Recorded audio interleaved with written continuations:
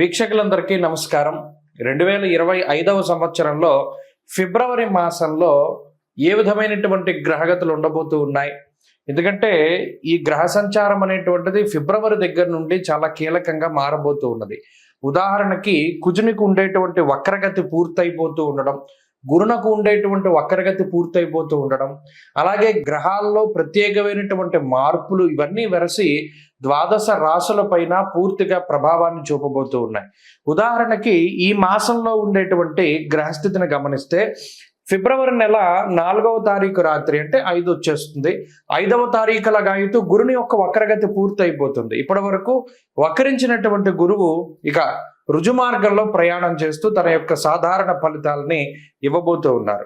ఇక కుజుడు ఇప్పటి వరకు వక్రించి ఉన్నటువంటి కుజుడు ఈ 25వ తారీఖు తోటి ఫిబ్రవరి నెలలోనే తన యొక్క వక్రగతిని పూర్తి చేసుకుని తిరిగి మరలా తన యొక్క రుజు మార్గంలో ఆయన ప్రయాణించబోతూ ఉన్నారు.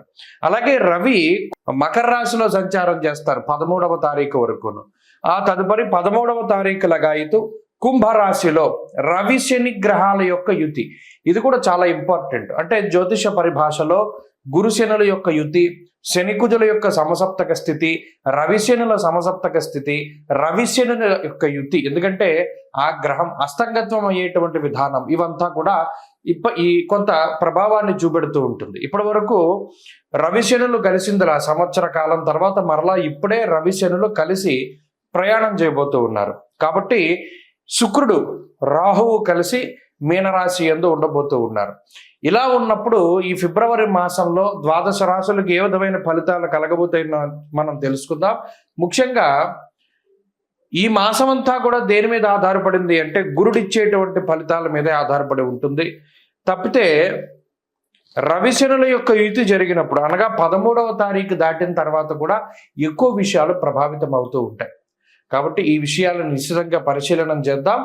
అందులో భాగంగా ద్వాదశ రాశుల యొక్క ఫలితాలని మనం చూద్దాం. వృశ్చిక రాశి వారికి ఫిబ్రవరి నెల ఏ విధమైన ఫలితాన్ని ఇస్తోంది అనేటువంటి విషయాన్ని పరిశీలన చేస్తే వీళ్ళకి చాలా గొప్ప ఊరట. సప్తమంలో గురుడు ఉన్నారు, పూర్ణం ఫలితం గురుడు ఇవ్వాలి, కానీ గురుబలం తగ్గిపోయింది. గురుడు వక్రించినటువంటి తాలూకు ఫలితాలు గురువు వక్రగతిలో ఉన్నంత కాలము కూడా అంటే 2024 July, August, September, October, November, December, ఈ జూలై దగ్గర నుండి ఉండేటువంటి నెలలన్నీ కూడా ఈ వృశ్చిక రాశి వారు పడ్డంత మానసిక క్షోభ ఇంకొకళ్ళు పడలేదు. సప్తమంలో ఉండి వక్రించి ఉన్న వాళ్ళకి కుటుంబాలు విచ్ఛిన్నమైపోయాయి, వైవాహిక జీవితాలు నాశనం అయిపోయాయి. చిన్న చిన్న పొరపచ్చాలు, చిన్న చిన్న మాట పట్టింపులు, కూర్చుని మాట్లాడుకుంటే సద్దుమణిగిపోయేటువంటి విషయాలు, అది చాలా పెద్ద పెద్ద డెసిషన్స్ వరకు వెళ్ళేటువంటి సావకాశం ఆ గురుని వక్రగతి వల్ల కలిగింది.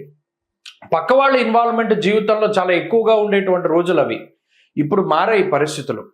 సప్తమ గురుడు పూర్ణంగా మరలా శుభ ఫలితాలు ఇచ్చేటువంటి రోజులు ఆసన్నమయ్యాయి. ఈ ఫిబ్రవరి నుండి మే వరకు ఉండేటువంటి గ్రహస్థితి అంతా గురుడు కాపాడతారు. అయితే ఇక్కడ ఇంకో విషయం ఏంటంటే అష్టమ కుజుని యొక్క దోషం. అదేంటంటే ఎప్పుడు ఏదో ఒక స్థితి, అర్ధాష్టమ శను, అష్టమ కుజుడు, అర్ధాష్టమ రాహువు, ఇలా ఎవరో ఒకళ్ళు ఇబ్బంది పెట్టినా కూడా గురుబలం ఉన్నంత వరకు ఏమీ చెడు జరగదు. ఆ గురుడు ఒక్కరు కాపాడతారు. అది ఎంత పెద్ద సముద్రం అయినా, ఎంత లోతున్నా మునిగిపోతూ ఉన్న వాడిని ఒక చిన్న ధర్మాకోల్ షీట్ కాపాడినట్టు గురుడు ఏదో ఒక చిన్న వెసులుబాటు మీకు కల్పిస్తారు, ఏదో ఒకటి అడ్డు వేసి కాపాడుతూ ఉంటారు. అందుకని గురుబలం అంత ఇంపార్టెంట్ వృశ్చిక రాశి వారికి. ఇప్పుడు అది వచ్చింది. దానివల్ల అష్టమ కుజుడున్నా, అర్ధాష్టమ రవి ఉన్నా, అర్ధాష్టమ శని ఉన్నా, ఏ ఉన్నా సరే మీరు బయటపడగలుగుతారు. ప్రధానంగా ఈ మాసంలో గురుడు, బుధుడు, శుక్రుడు, చంద్రుడు, ఈ 4 గ్రహాల అనుకూలత 45 నుండి 50% శుభ ఫలితాలకి కారణమవుతూ ఉన్నది. తత్ఫలితంగా గత 6 నెలలుగా చూసుకున్నటువంటి విషయాలన్నీ కూడా చాలా ఎదుగుదల ఈ మాసంలో కనబడుతుంది. వృత్తి ఉద్యోగాలలో, కుటుంబ పరిస్థితుల్లో, ఆధ్యాత్మిక సాధనలో, రాజకీయ రంగంలో, సినిమా రంగంలో, రియల్ ఎస్టేట్ రంగంలో, ఏ రంగంలో చూసుకున్నా, సాఫ్ట్వేర్ మొదలుకొని న్యాయస్థాన వ్యవస్థ వరకు అన్నిట్లోనూ ఉండేటువంటి వృశ్చిక రాశి వారు పీకల వరకు కూరుకుపోయి ఉన్నటువంటి పరిస్థితులను సైతం మీరు అధిగమించగలుగుతారు. ఇది చాలా గొప్ప మాసం. ఫిబ్రవరి మంచి అవకాశాలను ఇస్తుంది. అందిపుచ్చుకోవడానికి సిద్ధంగా ఉండాలి. అయితే ఇక్కడ ఇంకొక విషయం, తన కోపమే తన శత్రువు అనే విషయాన్ని దృష్టిలో పెట్టుకోవాలి. మనకి మంచి చేసేవాళ్ళు ఎవరు? మంచి ఎప్పుడూ కటువుగా ఉంటుంది. మన కోసం నిలబడేటువంటి వారు మనల్ని మనం ఎక్కడ తప్పు చేసినా వాళ్ళు కనిపెడతారు, తిడతారు అనేటువంటి విషయాన్ని దృష్టిలో పెట్టుకోండి. తిట్టేవాళ్ళు అందరూ చెడ్డవాళ్ళు కాదు. ఎందుకంటే మీ కోపం తగ్గించుకుంటే ఈ నెలలో మీరు బాగుపడతారు. ప్రధానంగా అష్టమ కుజుడు స్థాన నాశనాన్ని కలగజేస్తారు. ఉన్న ప్రాంతాన్ని వదిలిపెట్టి వేరే ప్రాంతానికి వెళ్ళడం. అర్ధాష్టమ శని, అర్ధాష్టమ రవి కుటుంబపరమైనటువంటి ఇబ్బందుల్ని కలగజేస్తారు. అయినప్పటికీ ఈ గురుబలం ఉన్న కారణం చేత యుక్తాయుక్త విచక్షణ, అంటే ఎవరు మంచి ఎవరు చెడు అనేటువంటి జ్ఞానం మీకు వస్తుంది. ఎక్కడ బైక్ మాట్లాడకండి, మీలో మీరు మాట్లాడుకుంటూ మీలో మీరు చక్కగా ఆలోచన చేసుకుంటూ ముందుకెళ్ళడం ద్వారా ఈ మాసం చాలా గొప్పగా ఉంటుంది. ఫిబ్రవరి నెలలో గత 6 నెలలతో పోల్చుకుంటే ఎదుగుదల కనబడుతుంది. కాబట్టి ప్రధానంగా ఈ మాసంలో ఎక్కువగా సుబ్రహ్మణ్యారాధన చేస్తూ ఉండండి. అలా చేయడం ద్వారా అనుకూలమైనటువంటి ఫలితాలు సిద్ధిస్తాయి. దక్షిణామూర్తి స్తోత్రాన్ని క్రమం తప్పకుండా పారాయణ చేయండి. దానివల్ల కూడా మంచి ఫలితాలు సిద్ధిస్తాయి. ప్రతికూలంగా ఉండేటువంటి గ్రహాలను కనుక గమనిస్తే శని, రవి, కుజుడు, నిజానికి ఈ 3 చాలా పీడించేటువంటి గ్రహాలు, చాలా ఇబ్బంది పెడతాయి. అర్ధాష్టమ స్థానం, అష్టమ స్థానం వీటికి అత్యంత క్రూరమైన స్థానాలు.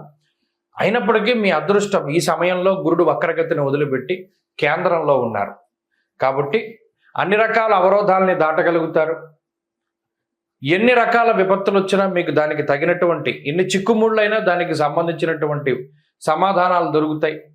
ఎంత లాక్కుబడిపోయినా దానికి సంబంధించిన కీ దొరుకుతుంది. కాబట్టి భయపడకుండా, కోప్పడకుండా నిశితంగా ముందుకు వెళ్ళండి. ఈ మాసం మంచి ఫలితాలు వస్తాయి. కుంభమేళ 2025వ సంవత్సరంలో మొదటి నెలలో వస్తూ ఉన్నటువంటి అతి పెద్ద హిందూ పండగగా మనం దీన్ని చెప్పుకోవచ్చును.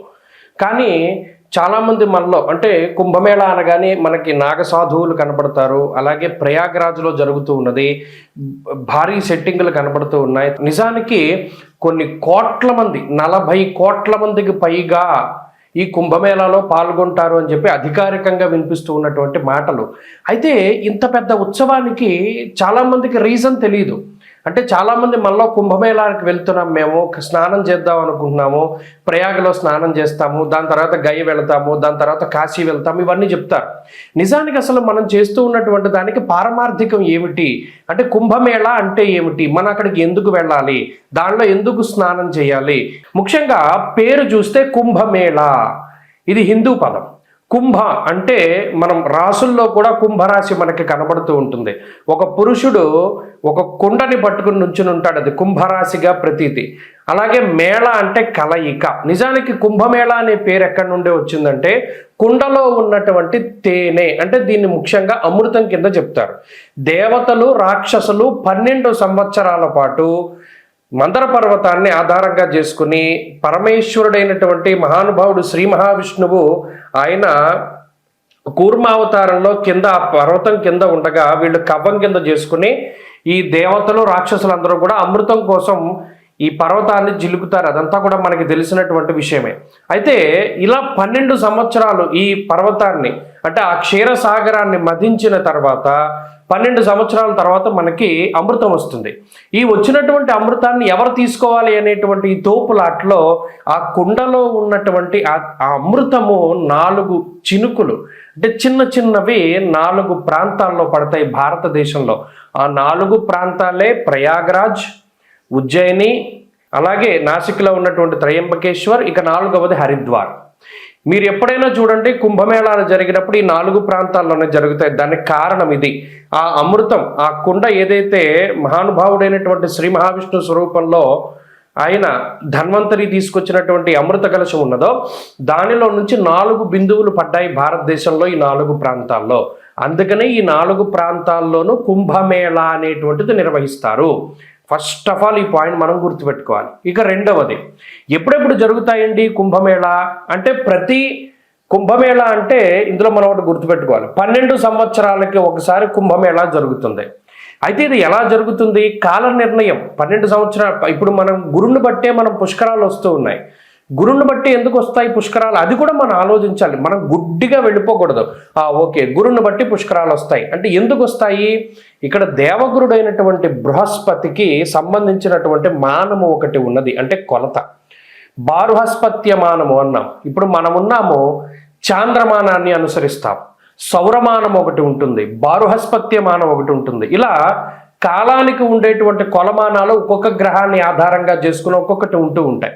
ఇప్పుడు ఉత్తరాదిలో ఉండేటువంటి కొలమానం అంతా బారుహస్పత్యమానము, సౌరమానము అంటారు. ఈ సౌరమానం, బారుహస్పత్యమానాల ఆధారంగా సూర్యుడు, గురుడికి సంబంధించినటువంటి గ్రహ గమనాలను బట్టే ఈ కుంభమేళా వస్తూ ఉంటుంది. ఈ రవి గురుల యొక్క మార్పులు, ముఖ్యంగా రవి గురులు ఇద్దరూ కలిసి వృశ్చిక రాశిలో ఉన్నప్పుడు ఉజ్జయినిలో ఈ కుంభమేళా నిర్వహిస్తారు. అలా కాక రవి మకర రాశిలో సంచరిస్తూ గురుడు వృషభ రాశిలో సంచారం చేసినప్పుడు ప్రయాగలో కుంభమేళా నిర్వహిస్తారు. అలాగే రవి మేషరాశి యందు, గురుడు కుంభరాశిలో ఉండగా హరిద్వార్లో కుంభమేళా నిర్వహిస్తారు. అలాగే రవి గురులు ఇద్దరు కూడా సింహరాశిలో సంచారం చేస్తూ ఉన్నప్పుడు ఆ సమయంలో నాసిక్లో ఉన్నటువంటి త్రయంబకేశ్వర్లో మనకి కుంభమేళా నిర్వహిస్తారు. కాబట్టి ఎప్పుడు పడితే అప్పుడు రావు. ఇందులో 12 సంవత్సరాలకి ఒకసారి కుంభమేళా వస్తుంది. 12 కుంభమేళాలు పూర్తయితే దాన్ని ఒక మహాకుంభమేళా అన్నారు. అంటే ఈ లెక్కన మహాకుంభమేళా ఎప్పుడు వస్తుంది? 12లో 144 సంవత్సరాలకి ఒక్కసారి మాత్రమే మహాకుంభమేళా వస్తుంది. ఈ కుంభమేళా వచ్చింది అంటే ఈ 45 రోజుల పాటు సిద్ధులు, యోగులు, మునులు, ఋషులు, కంటికి కనబడనటువంటి శరీరాలతో తిరుగుతూ ఉండేటువంటి వారు, తేజస్వరూపులు, దేవతలు, యక్షులు, కిన్నెరలు, కింపురుషులు, గంధర్వులు ఎవరైతే ఉన్నారో వారందరూ కూడా ఈ కుంభమేళాలో స్నానం ఆచరిస్తారు. అందుకనే దానికి అంతటి ప్రాధాన్యత. మరి ఇంతమంది మహానుభావులు స్నానం చేస్తూ ఉంటే అందులో కూడా మనం ఆ సమయంలో స్నానం చేయడం ద్వారా ఈ శరీరాన్ని అంటిపెట్టుకున్నటువంటి పాపరాశి అంతా దగ్ధమైపోతుంది అన్నాడు. ఇంకా అంతకుమించి మానవ జన్మకి కావాల్సింది ఏముంది? ఆ స్నానం ద్వారా కుంభమేళాలో ఈ శరీరాన్ని భగవంతుడిచ్చినందుకు, ఈ శరీరంతోనే కాకుండా గత జన్మల్లో చేసినటువంటి సంచిత ఆగామి ప్రారబ్ధ కర్మలన్నింటినీ కూడా పోగొట్టుకోవడానికి ఇదొక అద్భుతమైనటువంటి అవకాశం. స్వస్తి.